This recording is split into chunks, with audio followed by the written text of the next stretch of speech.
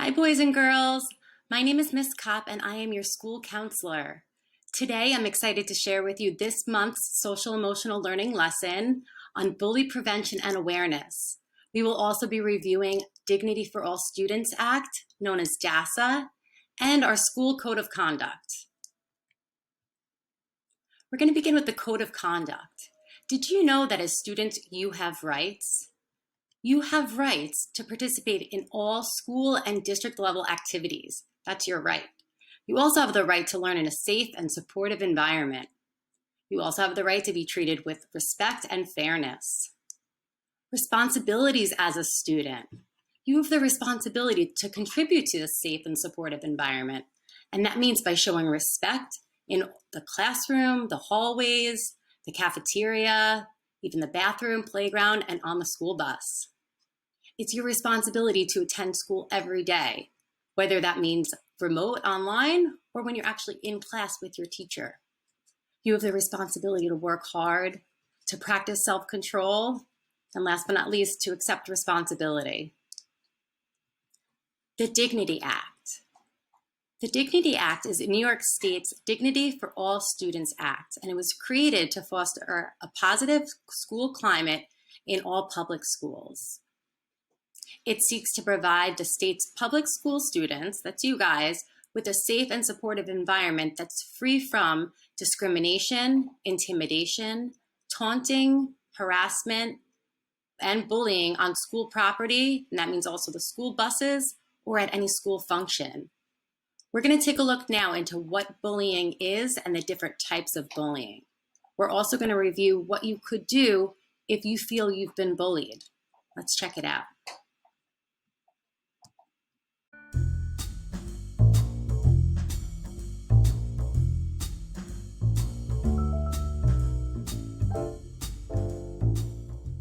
Did you know that almost 1 in 5 students has reported being bullied at one time or another? And 41% of those students who reported being bullied at school felt like it might happen again. Bullying is a big deal and a big word that can get jumbled up. So let's take a closer look at what it means and break it down a bit. First things first, what is bullying? The actual definition goes something like this.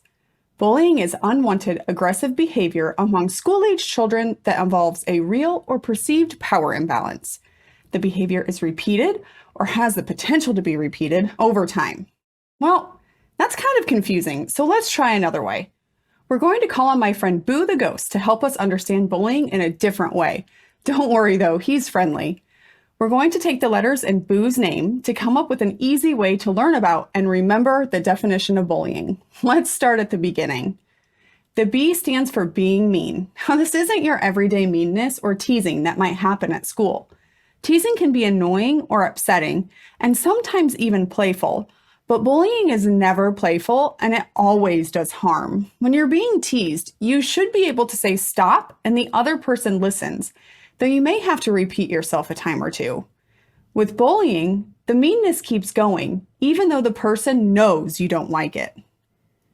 The O stands for on purpose. We have all made mistakes. Nobody is perfect. What matters is what we do once the mistake has been made. When someone tells you that you have hurt their feelings, what do you do? Do you own it and apologize, or do you ignore it and do it again? Bullying happens when we are mean to someone on purpose, knowing that what we're doing is going to hurt their feelings. The meanness is meant to make you feel small, while the other person feels powerful and in control. This is called an imbalance of power, and it is a sure sign of bullying. The last O in Boo's name stands for over and over again. If we try to tell someone that what they are doing is hurting our feelings and they still don't stop, that is when we say the meanness is repeating.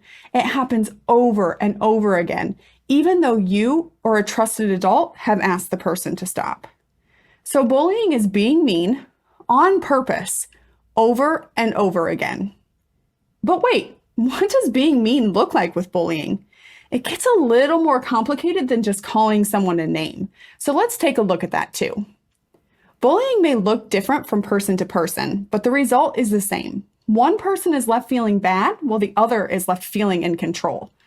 Some types of bullying that you might see or experience can be broken down into 4 different types: physical, verbal, social emotional, and cyber. Physical bullying is typically the kind that most kids think about at first. It's the easiest to define because it's usually pretty easy to see. Physical bullying may include hitting, pushing or shoving, kicking, tripping or stomping. What you may not know is that it can actually include stealing or damaging someone else's things too. Verbal bullying is really common because it's quick and easy to do. Plus, it's hard for grown-ups to see, so it can be hidden too. Verbal bullying may include cruel teasing, when someone keeps going when you have told them to stop, name calling, threatening others, mean jokes, rumors, gossip, and saying things about someone that aren't true. Social and emotional bullying can sometimes be the hardest to spot. Though this type of bullying may not leave bruises, it still hurts a lot and can leave you feeling sad, scared, or alone.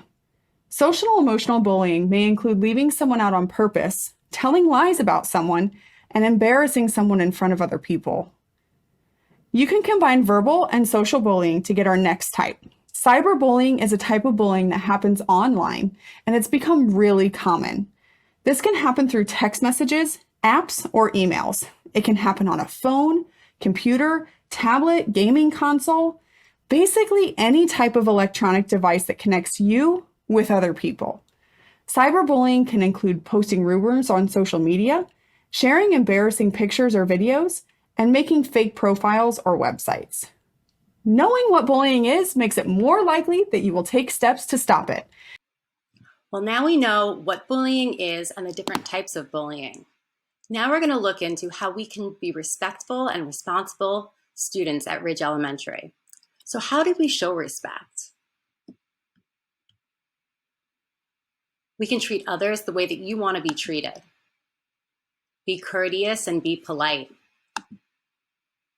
Listen to what other people have to say. So we're going to work on being really good listeners. Always use kind words. Include everyone. It doesn't feel good to be left out, right? Get to know everyone, even if they look different from you. We also have to remember to stop and think. Are my actions or my words hurting someone else's feelings? Are my actions or my words hurting someone else physically or making that person feel afraid? Would I want someone else to treat me like that or do this to me? Am I unfairly taking my anger out on someone else? Am I trying to control someone against his or her own will?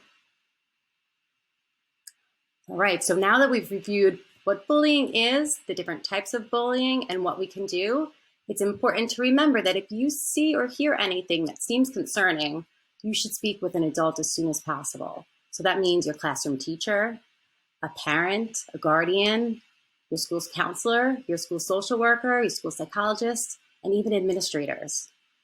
Now we're all going to get together and we're going to use this pledge. So take a look. If you're at home, you can grab a piece of paper and write this down. If you'd rather do it on the computer, you can just read it aloud with us. So we're all going to announce our names. My name is Ms. Kopp, and we're going to read it together. So I am a kid against bullying, and I will, say it together, speak up when I see bullying, reach out to others who are bullied, and I'm going to be a friend when I see bullying. Thank you for taking the time to meet with me today, you guys. I hope you enjoyed this lesson, and I look forward to seeing you again soon. Bye.